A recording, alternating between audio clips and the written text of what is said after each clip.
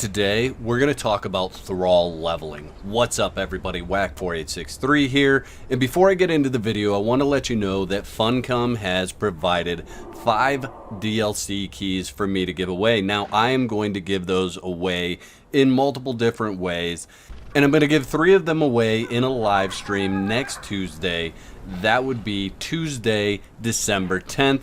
And I will do that in the afternoon sometime. So keep your eyes peeled for that. The other 2 I'm going to give away, one on Twitter and one in my Discord. I'm going to link both of those in the description, and I'll give those away via those platforms on Tuesday as well. So if you want to have a chance to win those, please join up there.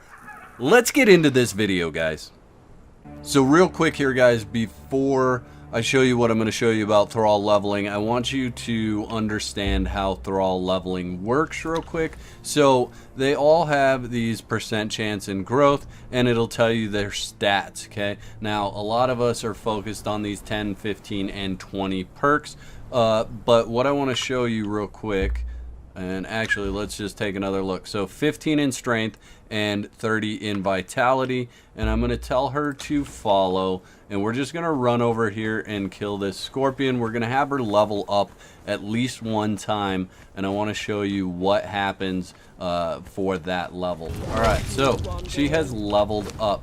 So you can see her level now says 1 instead of 0, and we open her, not her inventory, if we open her stats, you can see now she has 16 in strength, still 30 in vitality, 1 in accuracy, and 1 in survival. So these are going to change every time you level up. So like I said, today we're going to cover Thrall leveling, and what I'm going to cover is actually feeding your Thralls so that you can increase the chance of getting certain perks to level up. So let's look at a Thrall real quick.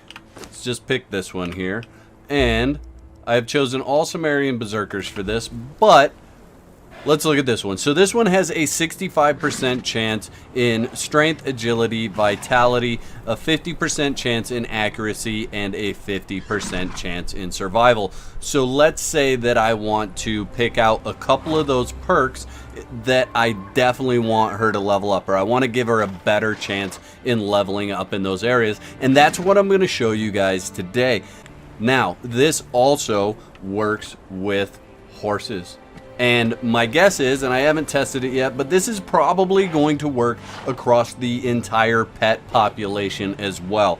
So, what is it all about? Well, it's all about what you feed them. So, let's take all of this, and we're just going to go down the line, and I'm going to show you what each one does. So, as you can see, there's all these different foods that they prefer. Now I've given her the first food in the list, and I'm just going to go in order of these foods. Okay, so if we look at her stats, she now has the ability to regain, or to get a 7% increased chance to level up in strength and agility.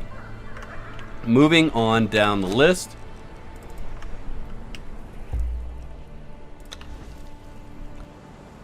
obviously, you can see that a 14% chance to level up in agility has been added. Now, you can see his gross stat chances are different, okay? So, each Thrall is unique in its own way. So, if you see something that is super low and you really wanted that Thrall to level up in that area, say agility, you can give them the roasted or shredded beef, I believe is what it's called. Yeah, shredded beef. You can give them the shredded roast, whatever, and they will have a 14% chance increase to level up in agility. Moving on down the list here, we'll give this guy some grilled steak and see how that comes out. So 14% chance to increase vitality. You can also see here, guys, that it's telling you how many regeneration points per second this is giving them. So if we go back here real quick and we look at the stats, this one is 1 and this one here is 2. So you'll see as we go down the line, and I may not call it out every time, but you'll see as we go down the line that these foods, each different food gives them a different buff to their health pool per second. Okay, so unappetizing cooked fish. I don't know why they would want to eat this, but it does give them a 14% chance to gain agility and 3 points per second. So this guy we're going to give the roasted haunch. And there's an issue with the roasted haunch right now as far as I'm concerned. It gives 4 points, but it doesn't have any increased growth chance. I think this was missed in the coding, so hopefully Funcom will get that sorted out. But roasted haunch is not the way that you want to go, at least at this moment. So now we are down to gruel, and gruel gives us 14% chance in strength. Now he's got 90% chance in strength, and I didn't plan this, but he's got 90% chance plus 14% chance. That gives him 104% chance to level up in strength. All right, so down the list, exquisite stew, and 7% chance in strength, 7% chance in vitality, and you can see 7 points in healing every second. On down the line to the next one, lasting meal, and the lasting meal gives him 7 in agility and 7 in survival with 8 points per second.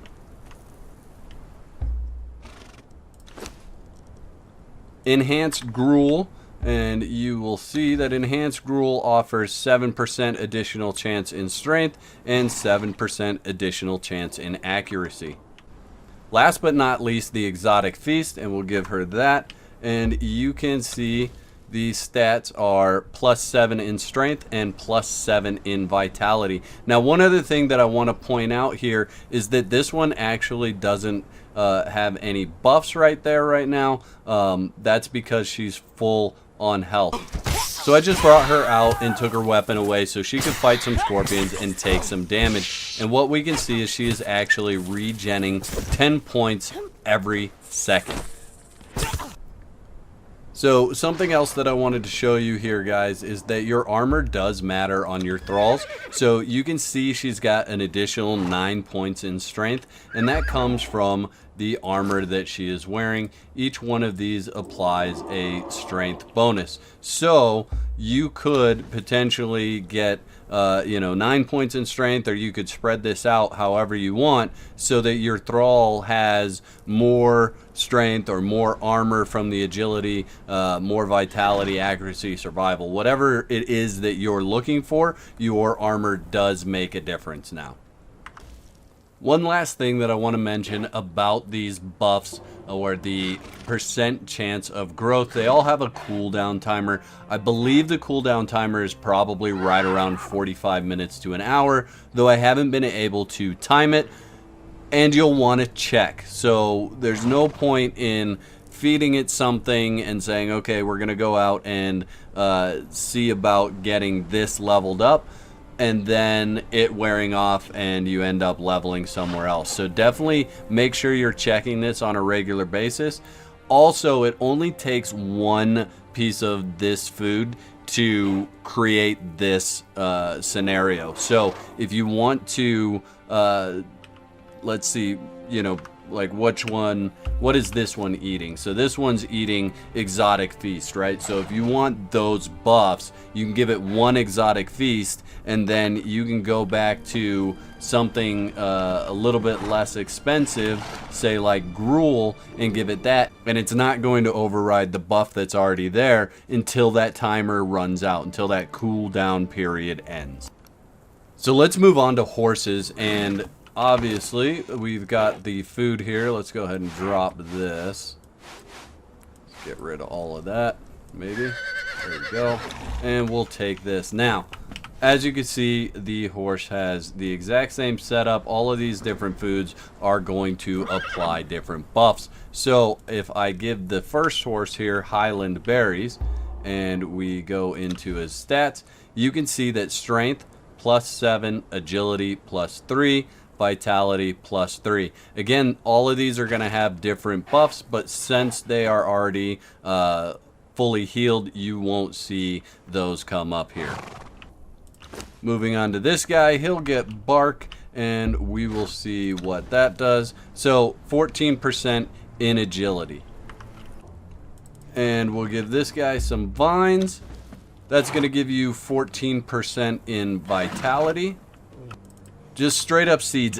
What's great about this, guys, is that it really is just stuff that it's like, I've got so much of this, I'm dropping it on the ground. Now you can give it to your horses as food, different things like that. This one gives 14% in accuracy. So if you're going for a bow build and you're going to do some mounted bow combat, seeds is the way to go.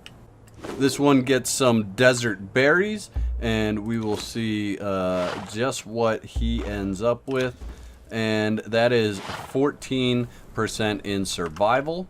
Some gray lupine or gray flower lupine for this guy, and I gotta be honest with you, I never use lupine, so it's great that there's another use for it. And look at that, it's gonna give you a 14% increase in strength, the chance to grow in strength. Moving on here, now this one, shade spice highland berries, I think it's really expensive because you have to do the shade spice. So let's see what it gives, and it's going to be 3 in strength, 7 in agility, and 3 in vitality. We're going to give this one hops, and let's see what that does. That gives us 7 in agility and 7 in survival. So this guy here is going to get leavening agent, and that is going to bring him up to an additional 3% chance in strength and agility, and additional 7% chance in survival. And last but not least, guys, Azura's Glory, and let's see what that does. That gives him a 7% chance in strength, a 3% chance in vitality, and a 3% chance in survival. I hope that you guys have enjoyed this video. I hope it was informative for you. I hope you enjoyed it as much as I enjoyed making it. I'll catch you next time. Peace.